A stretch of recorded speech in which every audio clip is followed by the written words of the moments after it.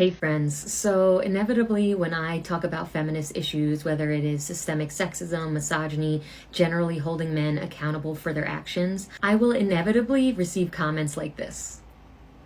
And I want to take the time today to dissect this, because first and foremost, this kind of response is ignoring the fact that men created and now are working to maintain the systems that create these problems, especially with a response like this.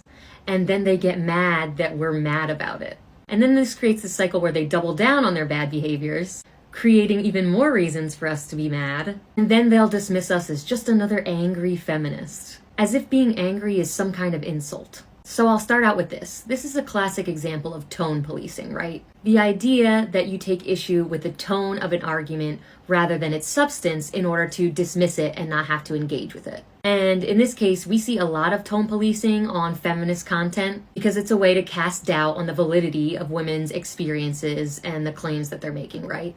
But it's also a way to reinforce patriarchal structures of power because men are dictating the ways that you talk about your own experiences to ways that they find more acceptable and palatable. And of course, the way in which it's palatable and acceptable for them is one in which they are not made to feel uncomfortable. So it centers their needs and their feelings about the women who are speaking. And there's something really specific about feminine rage to be talked about here, because this is something that we have been historically socialized to believe in general is not appropriate for women. Men get to be angry and they don't even really recognize anger as an emotion because women are the emotional ones. Meanwhile, feminine anger is ridiculed and it's punished, not only because the things that we are angry about threaten the status quo, specifically for privileged men, but also just because the act of expressing anger in and of itself threatens that status quo. And it threatens the validity of traditional gender roles that help maintain men's position of unearned privilege. And this policing of women's anger is much more dangerous and devastating than you may initially think. As Audre Lorde said, anger is loaded with information and energy, and our feelings are genuine paths to knowledge. In other words, anger is our signal that something is wrong here. It's alerting us to inequity, discrimination, oppression. So when we take away women's ability to express it, we're taking away the first defense women have against injustice and being wronged.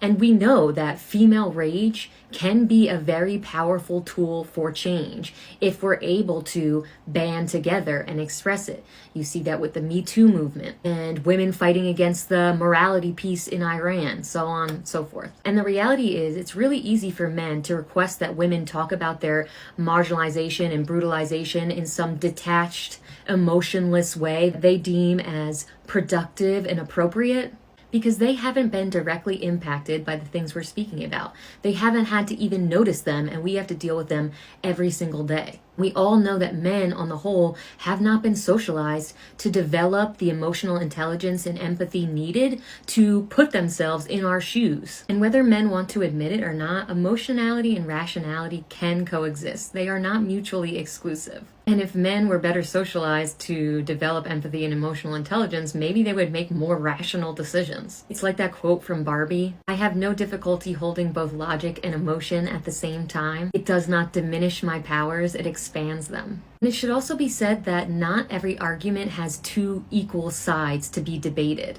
If your position is rooted in my oppression and not seeing me as a human being of equal value, worthy of all of the same opportunities as you, there's no argument to be had there. As for the topic of tone policing and conditional support, the whole idea that maybe we'd want to help you if you weren't calling men ding-dongs the whole time, I just want guys to think about the audacity of that statement. You're basically saying, because I, a man, am uncomfortable, I am not going to offer support to address the real, harmful, systemic, institutional things that make my life exponentially better at the expense of women's. Full well knowing that those things sometimes even contribute to women's literal deaths. Does that seem very logical or rational to you? I've said this a million times and I'll say it a million more. If you actually want to be part of the solution, whether it's dismantling the patriarchy or white supremacy or xenophobia or homophobia, transphobia, ableism, whatever it is, you must be comfortable with getting uncomfortable. And if a conversation genuinely becomes too much for you to bear, the solution is to remove yourself from it and reflect on why. It's not to redirect the entire conversation to protect your privilege.